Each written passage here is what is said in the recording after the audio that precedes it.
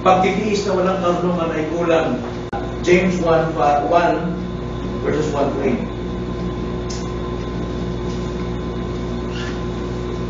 Si Santiago, nalipin ng Diyos at ng Panginoong Jesucristo, ay bumabati sa 12 lipin na nasa pangangalan. Mga kapatid ko, ituring ninyong buong kagalakan kapag kayo'y nahaharap sa sari-saring pagsubok. Yamang inyong nalalaman na ang pagsubok sa inyong pananampalataya ay nagbubunga ng pagtitiis.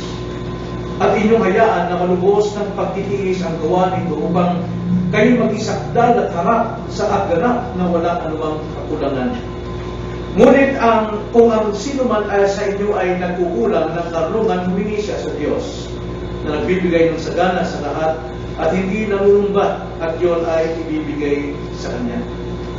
Ngunit humingi siyang may pananampalataya na walang pag-alinlangan, sapagkat ang nag-alinlangan ay katulad ng alon sa dagat na hinihipan at ipinapadpad ng hangin. Kaya sapagkat ang taong yon ay hindi dapat magakala na siya ay tatanggap ng anumang bagay mula sa Panginoon. Siya ay isang taong nagdadalawang isip at matatag sa lahat ng siya ay isang taong nagdadalawang isip, di matatag sa lahat ng kanyang mga lakad. Tayo muling lumapit sa Diyos at hingin natin ang kanyang pagtulong sa ating ngayon ang mga magaling ito. Panginoon, ay namin magtiwala sa aming sarili. Bigyan mo kami ng liwanag ng karuman ng inyong salita sa tulong ng inyong banal na Espiritu. Kung aming dalangin sa pangalan ng Panginoon Jesus. Amen. Na pinag-aralan natin na maaari tayong magkaroon ng kagalakan sa gitna ng ating iba't ibang kulay na pagsubok. Bakit? Sapagkat mayroon tayong kaalaman tungkol dito.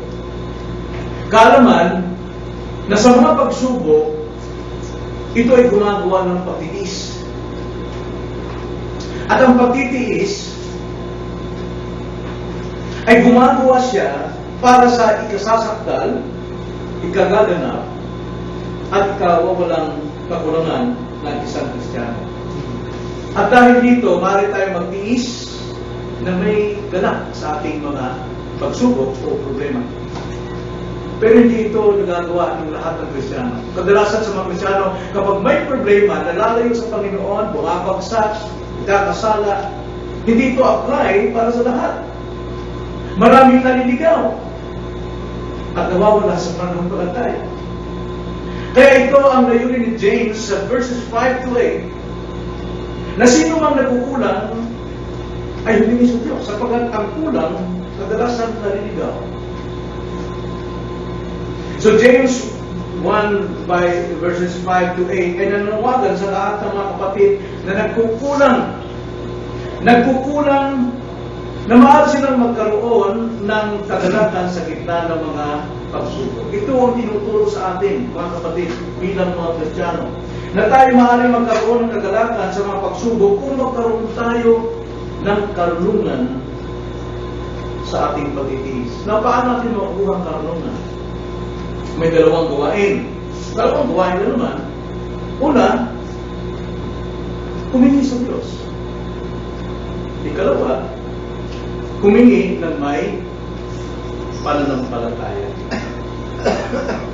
Sa unang-unang gawain na dapat natin gawin, kapag tayo po ay naguguluhan sa ating problema, sa ating pagsubok, tayo bumabagsak, kulang tayo sa karunungan. Kaya, kung kulang tayo sa karunungan, dapat tayong humingi. Napakalinaw ang sabi dyan, verse 5. Ngunit kung ang sino man sa inyo ay nagkukulang ng karunungan, humingi siya sa Diyos. Napakalinaw. Napakababaw. Ang sabi dyan, humingi. Bakit kailangan humingi? At bakit yun ang paraan para tayo makakuha ng karunungan? Humingi. Na alam natin, batay sa kaalaman ni James, itong paghingi ay batay sa turo ng Panginoon sa Matthew chapter 7, verse 7. Ganito ang sabi, kukog natin, huwag kayo, humingi kayo,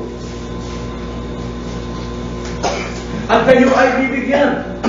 Ang sabi niya, humingi kayo at kayo bibigyan, humanap kayo, at kayo ay makakatagpo, tumugtog kayo at kayo ay pagbubuksan. Laging positibo kapag humingi tayo, ang sabi dyan, tayo ay bibigyan.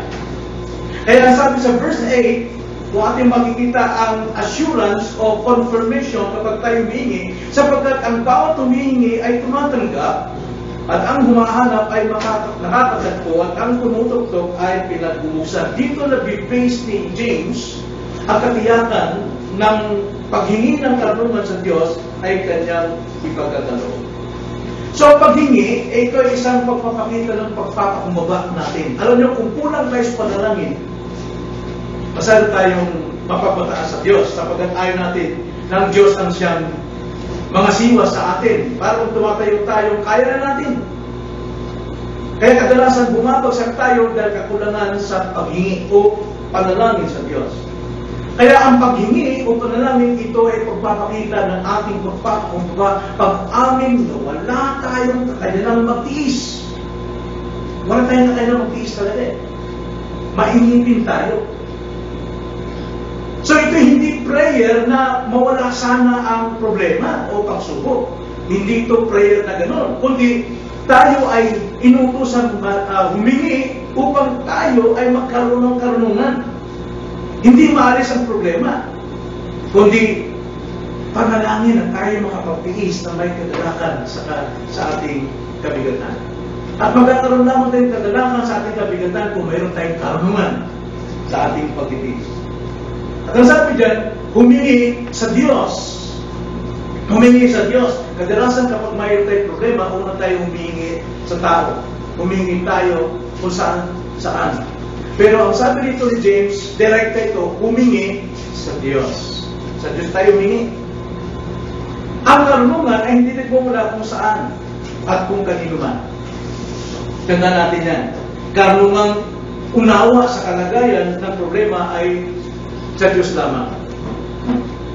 Sa Diyos lamang magmumula ang ating karunungan na uunawa sa ating problema. Ano ba ito? Pagsubok ba o problema ba? Gaya ng ating napakalangaraan, pagka problema, tayo ay ibinababa dahil tayo ay ma-pride. Kapag pagsubok naman, tayo ay pinagtitibay dahil tayo ay mahina. Kailangan dyan ng wisdom. Paghingi ay isang madiing pananalita rito. Sino mang nagkukulang, ang sabi dyan, humingi sa Diyos. Nandoon yung bigat ng pananalita. Humingi sa Diyos. Kaya nga, kung ito'y mabigat o pagdidiin na salita, napakalaga at kailangan at importante talaga sa lahat ng bagay na magkaroon tayo ng karunungan.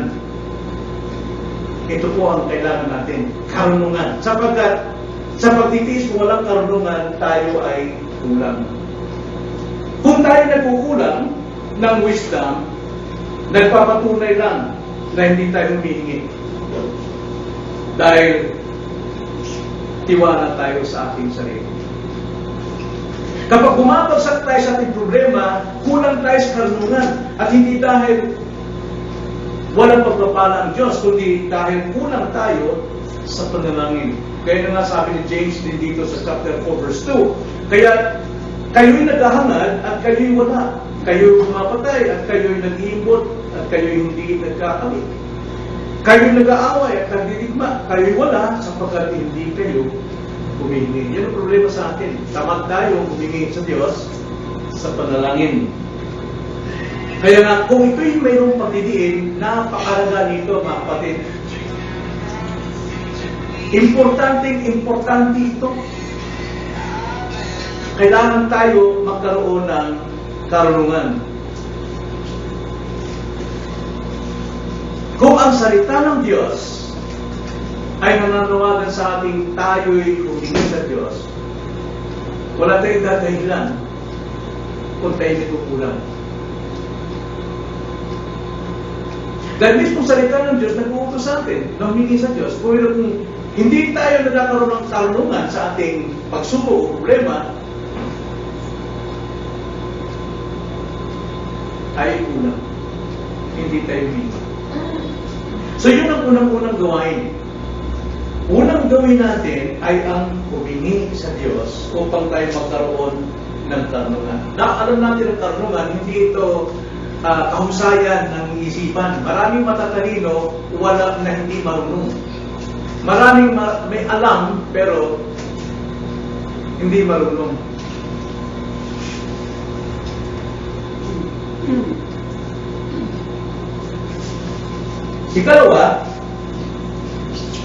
Ikalawang dapat natin gawin,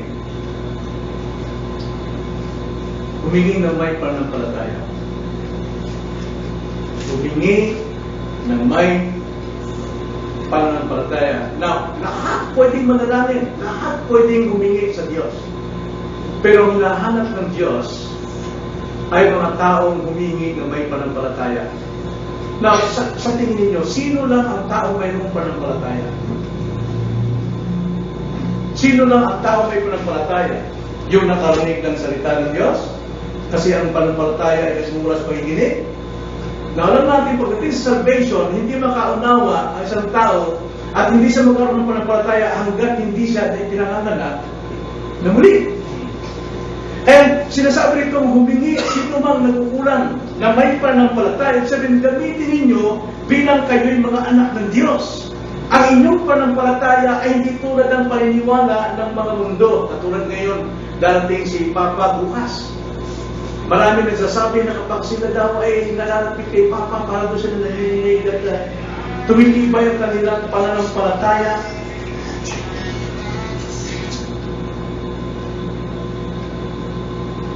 Tumitibay ang kanilang pananampalataya.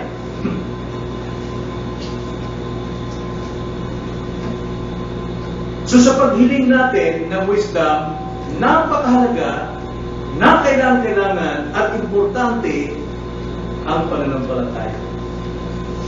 Hebrews chapter 11 verse 6. At kung walang pananampalataya, hindi maaaring kalugdan ng Diyos. Kung walang pananampalataya, tanda natin, sino ang mayroong totoong pananampalataya?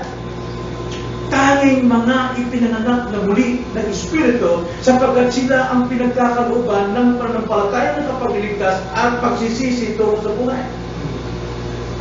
Kaya kung Kristiyano tayo, dapat nating tanggapin sa ating sarili na tayo anak ng Diyos, na tayo mayroong karapatan, mayroon tayong otoridad na tumawag sa ating Diyos ng Ama, gamitin natin ang ating pagiging mananampalataya. Kaya hindi ito masabi natin lahat ng tao ay may pananampalataya.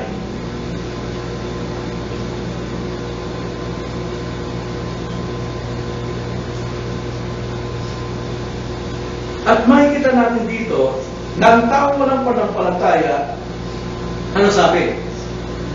Verse 6. Ngunit humingi siya may pananampalataya na walang pag-alilangan, sapagkat ang nag-alilangan ay katulad ng alon sa dagat na hinihipan at pinapadpad ng hangin. Na ang taong walang pananampalataya ay tinulad sa alon sa dagat. Itinulad sa alon. Ang alon po talaga, hinihipan ng hangin niya. At kapag hinihipan ng hangin niyan, talagang pinapadpad niya. Ganyan ang tao na walang faith. Hinihipan siya ng iba't ibang hangin para siya ay madala kung saan paniniwala. Pero ikaw ay isang Kristiyano, hindi ka dapat mahipan o magpadala ng anumang ihip ng iba't ibang aral sa mundo nito. Dapat hindi gano'n. Dahil ang mga natatangay ng iba't ibang ihip ng hangin, pinapaliwanag sa atin ni Pablo sa Ephesians 4:14. Ano sabi sa Ephesians 4:14? Tayo'y huwag nang maging mga bata. Ang tawag yan mga bata, na tinatangay-tangay ng mga alon at dinadala-dala ng bawat hangin ng aral sa pamamagitan ng pagdarayan ng mga tao, sa pamamagitan ng kanilang mga katusuhan sa paraang mapandaya. Tulad ngayon, tingnan nyo, sino ngayon ang sumasamba dito sa darating na kilalang tao? Sino? Mga hindi mananampalataya. Pero mayroon nang nasasabing mananampalataya, pero nakikipila din doon. Dahil sila ay nakatangay, hinihipan sila eh. Ang sabi sa salita dyan, hinihipan. Aktong hinihipan sila at tinatangay ng iba't ibang aral o aral. Hindi ganyan ang ating panalangin pag humingi tayo sa Diyos, panghawakan natin na mayroon tayong otoridad bilang anak ng Diyos. Narinig niyo ba sa mga TV ngayon na lahat daw tayo ay mga anak ng Diyos?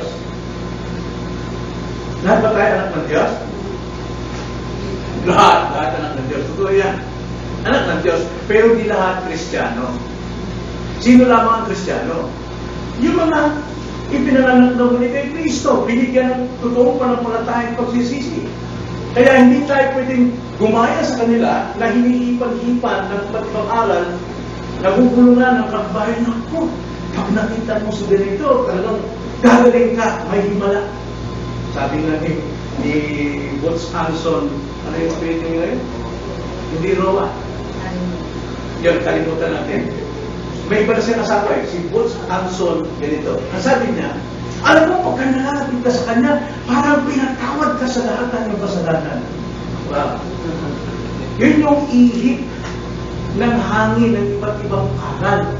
Sanggol yun, walang malay. No? Hindi tayo gano'n. Kaya kapag humingi tayo sa Diyos, humingi tayo sa totoong Diyos. Sa Diyos, sa persona ng Diyos, at hindi ko kani-kanino. Karunungan ay nagmumura lamang sa ating Diyos. Kaya huwag nating panghawakan ang talatang ito out of context. Marami kasing gumagamit nito nang sabi, pag kulang ka sa karunungan, humingi ka lang sa Diyos. Teka muna.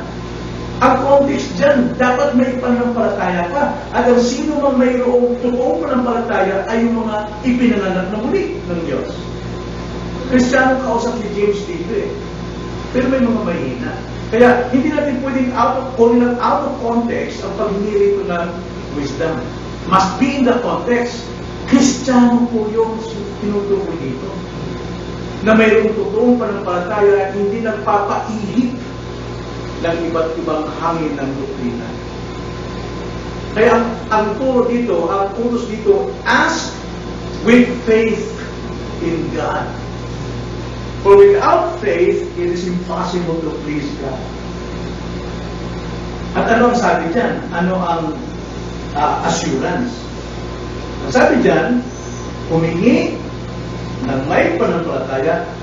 Verse 7, sapagkat ang taong iyon, yung mga walang pananampalataya, ay hindi dapat makakala na siya'y tatanggap ng anumang bagay mula sa Panginoon.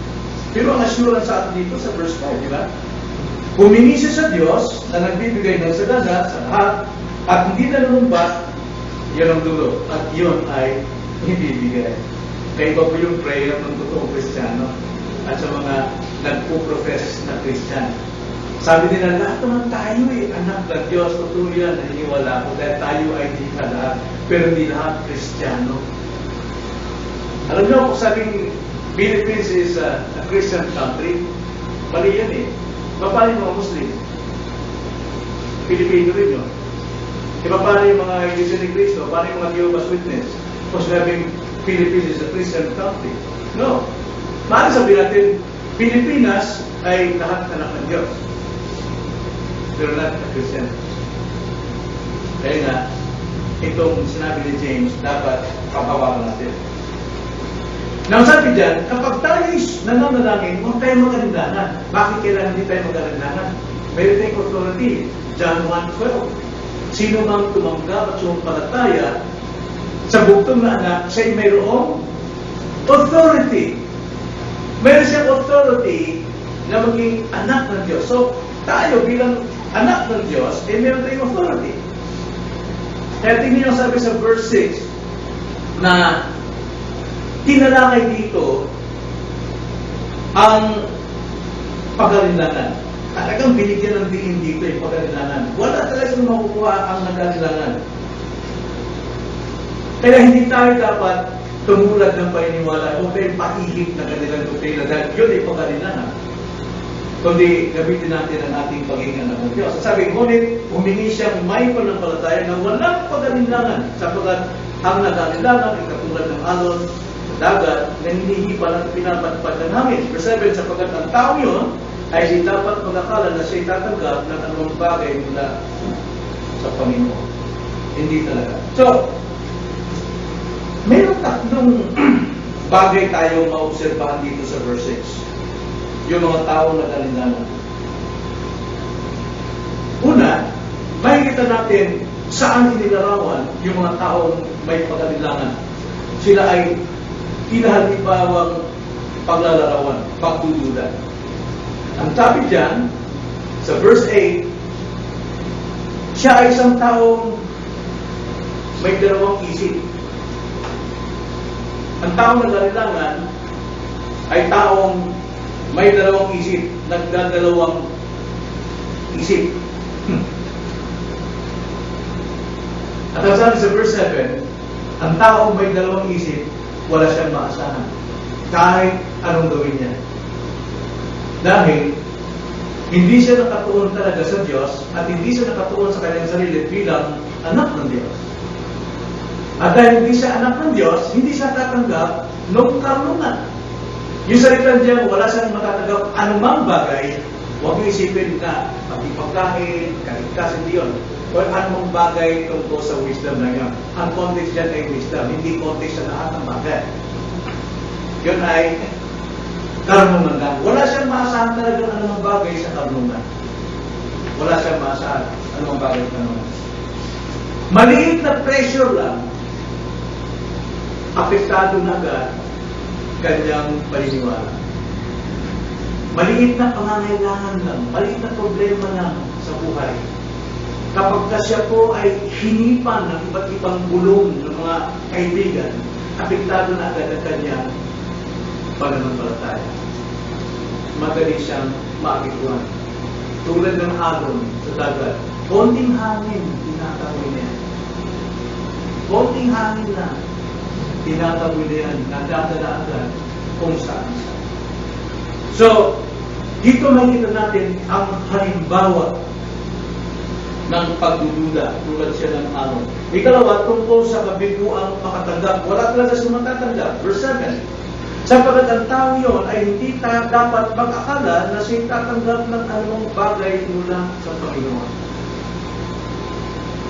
Yung mga dinadanas nito mga unbeliever, na sa kanilang panalangin sila ay nakakatanggap ng mabuti. Ano yung mabuti na tanggap nila ito? Ano yun? Common grace. Dapat tayo natin dito yan. Para wag din tayong mabulungan ng kanilang araw. Tinan mo, hindi mo ako sumisipa, pero bakit kumikita ko? Bakit pinagpapala ko? Ano yun? Common grace. Pero yung kanyang pagpapala, Romans 2:4, yun lang dapat mag-udyok sa kanya para magsisi. Pero dahil sa ayaw magsisi, nag-iimbak siya ng parusa sa kanyang sarili. Habang lumalaki ang kanyang pagpapala, lalo mo lumalaki ang kanyang responsibilidad. The more is given, the more is required. So, anumang bagay ay hindi tumutukoy sa bawat bagay diyan, kundi may kaugnayan lamang sa karunungan. So, ang taong pabago-bago sa payanan ng Diyos ay handang magbigay ng karunungan, siya ay hindi makatatanggap ng karunungan kapag siya ay humingi. So, ikatlo, may kita natin dito tungkol sa epekto ng pagdududa. Ano yung epekto ng pagdududa kapag ang tao ay nagdududa? Ang tao nagdududa sa kanyang Diyos, sa panalangin at sa kanyang sarili, ay masabi kong hindi pa talaga sa Kristiyano. Ay dapat hindi magduda. Verse 8, siya ay isang taong nagdadalawang isip. Di matatag sa lahat ng kanyang malakasan. Wala siyang permanenteng isip. At lahat ng lakad niya, hindi matatag. Hindi mo maasahan. Ang sinabi dyan sa verse 8. Sa taong dalawang isip, kung tawagin niyan sa madaling salita, siya isang mapagkunwari. Isa siyang hypocrite. Ang tao mapagkunwari, wala siyang paninindigan. Wala siyang tinatayuan. Siya nagsasalita tulad ng Kristiyano kapag kasama ang Kristiyano. Kapag wala sa Kristiyano, kasama yung sanlibutan, siya ay nagkakasala tulad ng sanlibutan. Yan yung dalawang isip. Yan yung hypocrites kung tawagin yan. Bagamat intellectually, marami silang alam sa Bible.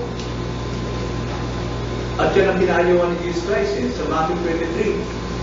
Sa mga Pharisees, sa scribe, magagaling sa Bible. Mahuhusay, magpapatupad ng batas, pero hindi makita sa kanilang mga buhay. So, ganoon ang mga tao yun. Wala siyang katatagan sa lahat ng kanilang lakad. Hindi mo siya mapagkatiwalaan. Pabago-bago isip. Diba? Mayroon din mga tao na sobrang sa biro. Bawat sabihin niya, post biro. Bawat sabihin niya, biro. Ba't na huli, hindi mo na paniniwalaan eh. Dahil alam mo, nagbibiro pa rin. Ganoon na isang taong dalawa isip. Hindi mo masahan ang kanyang sinasabi. Maaari siyang maniwala sa Diyos sa isang sandali, pero masusunod na sandali, wala nang paniniwala sa salita nito. So ano ang ating katungkulan dito sa araw na ito? Ng ating pagtitiis na walang karunungan ay kulang. Ano ang reaksyon natin kapag tayo may pagsubok, kapag may problema? Reklamo rito, reklamo doon, pangangatwiran dito, pangangatwiran doon, ipinaglalaban dito, ipinaglalaban doon. Itinatas natin ang ating sarili na tayo'y tama, okay lang.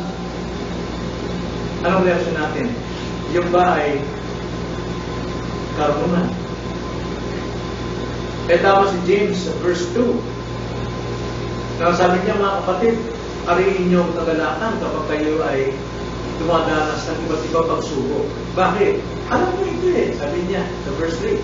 Nalalaman ninyo na sa mga pagsubok, ito ay nagbubunga ng pagtitiis. At ang pagtitiis na yun, kung mayroon kang karunungan, hayaan mo siyang gumawa sa kanyang gawain sa ikagalala kaysa ikakatang. Hayaan natin. Kaya habang tayo ay nagtitiis, matinding pagsubok, alam natin gumagawa ito para sa ating ikitatag sa ika-perfect at kawalang kakulangan, ay may kagalakan tayo sa mga problema. Hindi magre-reklamo. So, ano dapat natin gawin para magawa natin yun? Huwag magkatubiling, humingi sa Diyos. Sapagkat kapag humingi sa Diyos, ang Diyos ay hindi nalulumpa. Hindi ka rin niya re-rebukin. At siya na kanyang bibigay ang iyong kailangan. Bakit? Siya ating ama, tayo kanyang anak. At sa paghingi natin, kailangan talaga na bumuhay tayo sa pananampalataya. Ipinamumuhay natin na tayo ay anak ng Diyos. Huwag tayong tumulad sa mga taong sabi na anak sila ng Diyos, pero hindi sila Kristiyan. Tulad natin, ang mga taong nasa banal na kasulatan tulad ni Pablo, ni Pedro, pagaman may kailangan din, pero matatag sa pananampalataya. Kaya nga, last na application. Hindi mo masisisi ang Diyos kung ikaw ay nagkukulang ng karunungan. Bakit? Nananawagan ng Diyos ng hinig.